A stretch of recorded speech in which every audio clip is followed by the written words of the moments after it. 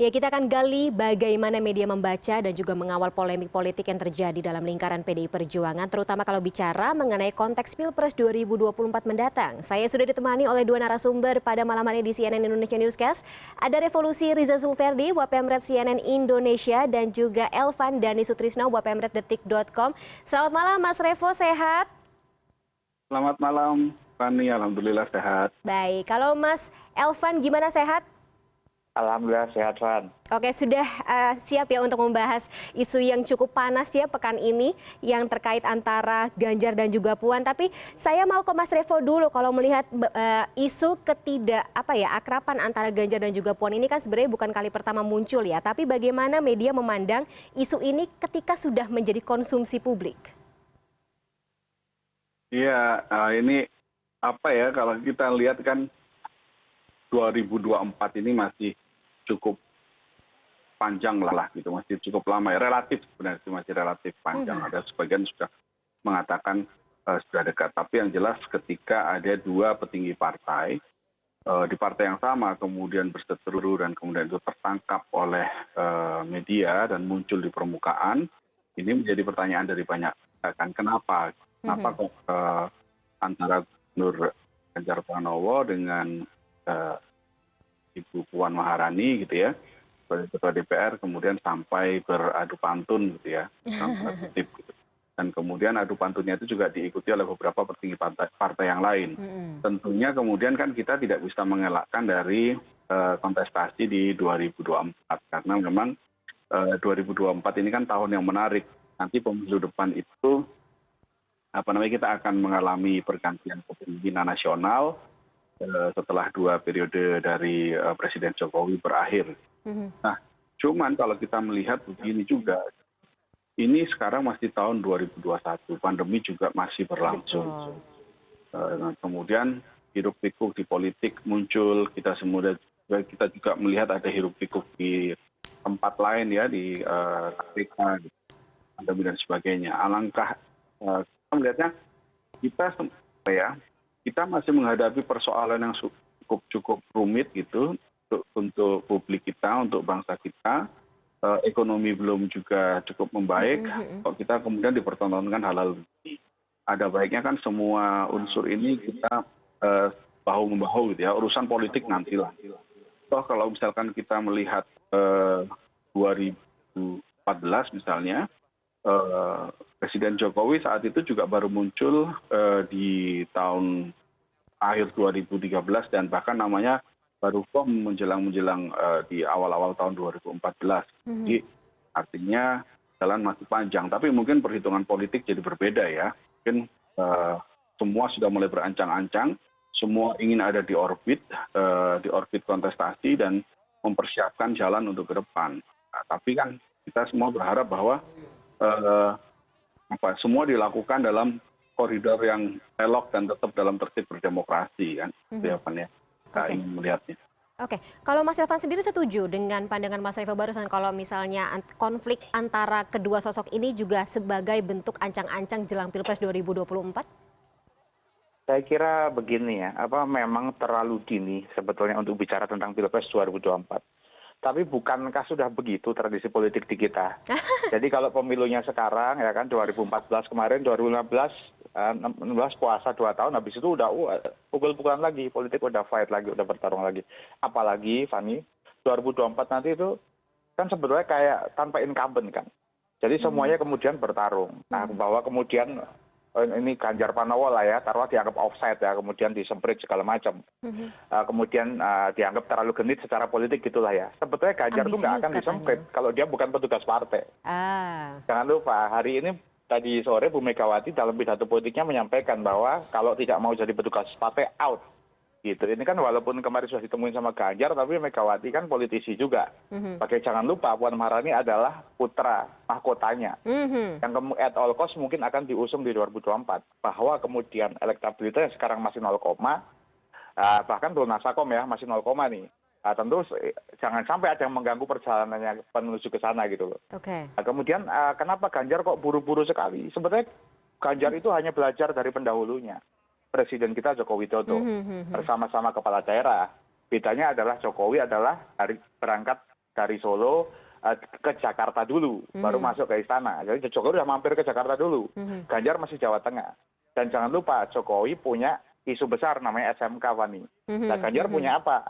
Itu kalau Ganjar mau mengikuti sosok Jokowi, maka dia harus menciptakan itu. Lah sekarang dia terlalu offset di medsos, kemudian disemprit. Karena memang memang sangat aktif sih, walaupun istilahnya dia ngomong sudah aktif dari sejak di DPR gitu. Tapi kita sebagai orang yang mengamati pergerakan politik tahulah akan kemana. Apalagi sekarang ini kalau dari sumber-sumber di PDIP, banyak yang bicara ini buzzer sudah siap. Tuh, sebetulnya bukan cuma Ganjar yang akan ke sana kan. Kalau dari survei kepala daerah, ada Gubernur DKI Anies Baswedan, ada Gubernur Jawa Barat, Ridwan Kamil dan lain-lain, Ridwan Kamil dan lain-lain. Sebenarnya dari 3 kepala daerah ini, sebetulnya Ganjar itu paling diuntungkan harusnya, karena dia punya partai. Nah masalahnya kalau dia kemudian ada anget-anget di awal kayak gini, apakah dia akan bisa tetap dicapreskan di belakang?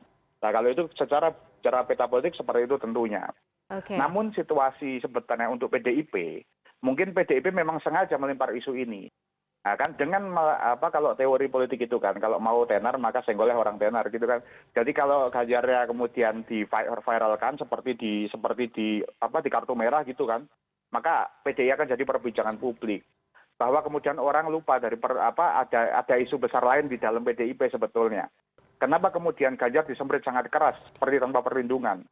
Konon katanya di dalam ini ada sebuah politik dua kutub di dalam PDIP antara dua putra mahkotanya Megawati, Puan Maharani dengan Prananda Prabowo. Nah ini lebih seru lagi.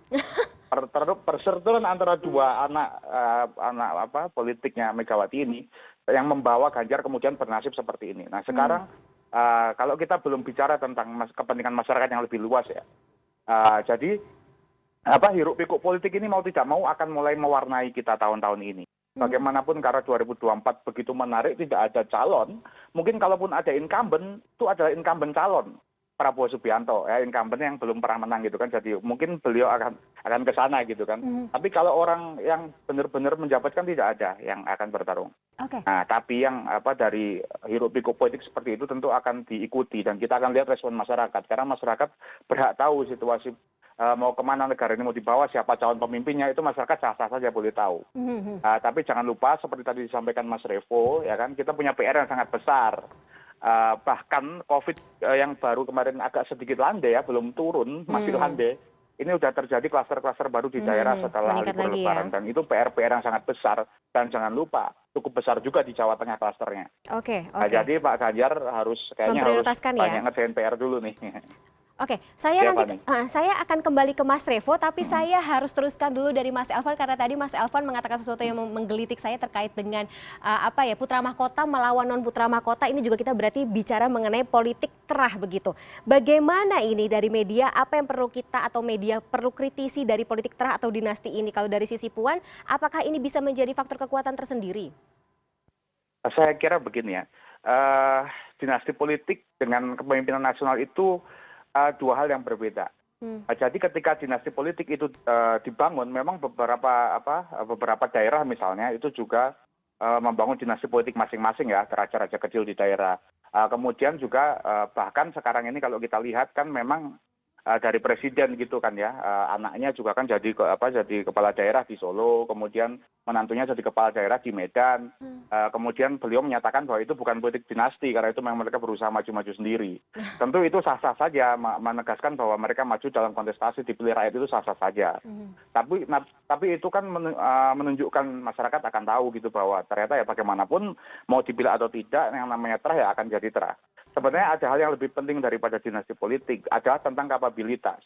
Baiklah kalau misalnya sekarang politik dinasti disangkal.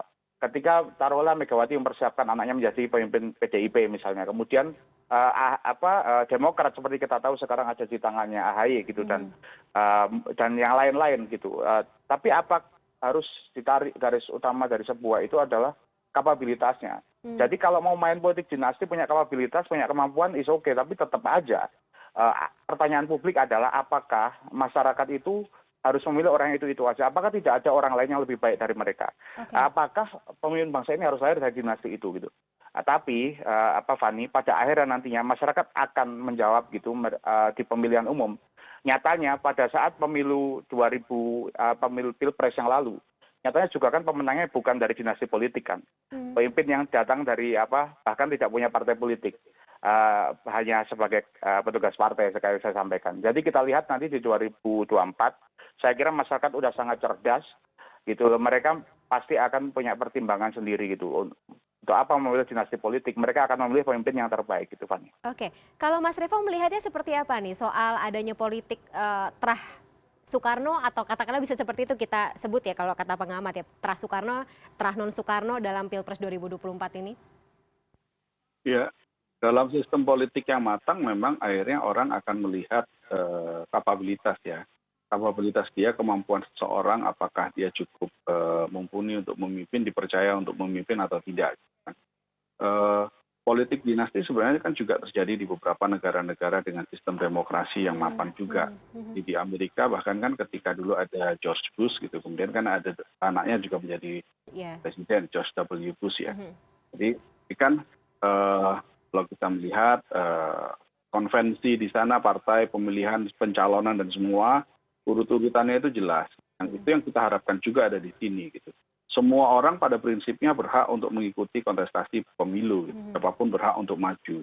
Mau dia tukang becak, mau dia punya gelar sarjana atau punya gelar profesor, mau dia anak siapa gitu ya, semua punya hak yang sama dalam namanya sistem politik.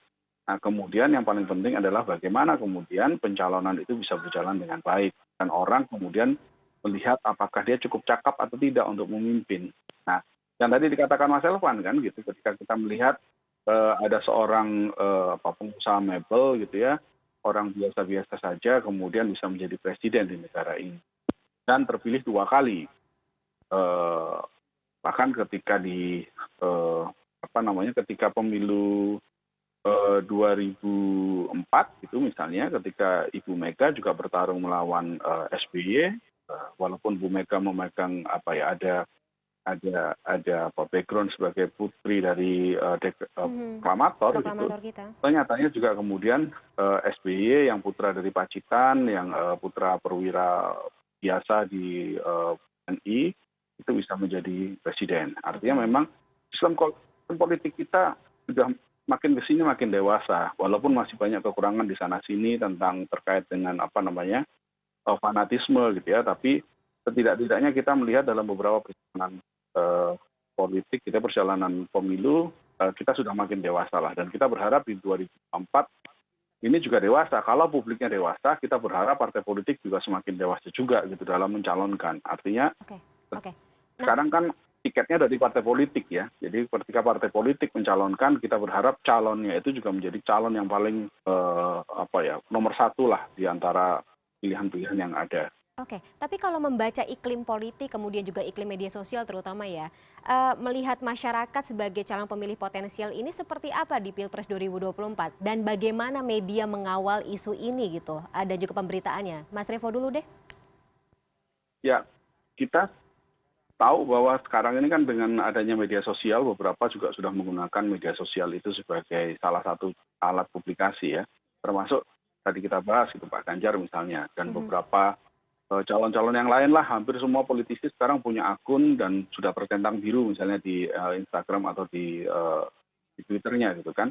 Kemudian para politisi juga mulai masuk di hampir semua platform media sosial. Tapi lagi-lagi Van, media sosial ini kan rentan dalam bentuk karena dia mungkin ada campaign, propaganda dan sebagainya. Nah, kita semua tentu berharap bahwa kita sebagai media arus utama ini yang menjadi rumah penjernih, artinya kita yang memberikan pembelajaran kepada publik mana yang betul-betul sesuai dengan fakta, mana yang bukan hoax, dan artinya kita memberikan analisa-analisa, menyampaikan opini-opini dari orang-orang yang memang punya kredibilitas gitu ya terkait dengan sistem politik dan pembelajaran politik kepada publik. Jadi kita yang memang harus perlu mengawal tidak hanya serta-merta dalam terkait media sosial. Ya kalau memang sekarang kita melihat media sosial ya calonnya berapa kan sudah mulai kelihatan ya, yang mulai elektabilitas dan popularitasnya sudah mulai muncul lah. Dan ini yang sekarang sedang diperebutkan oleh banyak politisi supaya mereka ada di orbit tadi, orbit elektabilitas tadi. Walaupun mungkin sekarang masih 0, 1, atau mungkin masih di bawah 10% rata-rata, tapi mereka harap bisa mengukur dan kemudian secara berharap setiap 3 bulan sekali gitu mereka akan kembali mengukur tuh elektabilitasnya. Nah itu mungkin yang sekarang sedang berlangsung. Bukan mungkin ya, itu yang sekarang sedang berlangsung. Para politisi ini sedang mengukur orbitnya itu punya berapa elektabilitasnya. Sehingga mereka akan punya ancang-ancang strategi gitu ya. Termasuk strategi untuk menembak musuh-musuh politiknya gitu. Itu terpetakan kan artinya persaingan itu sudah mulai berlangsung ya. Artinya menembak, melemahkan elektabilitas lawan politik itu sudah dilakukan dari sekarang. Masing-masing punya strateginya ya Mas Revo. Kalau dari Mas Elvan sendiri bagaimana? Pertanyaannya adalah apakah media sosial itu kemudian tenar di media sosial itu berhubungan dengan elektabilitas. Dalam diskusi saya dengan beberapa tokoh belakangan ini karena isu politiknya cepat panas, jadi saya banyak diskusi cari info apa sih yang terjadi. Apa kemudian mereka yang banci di media sosial gitu, apa aja masuk medsos gitu kan, ngelap motor masuk medsos, apa masuk medsos gitu.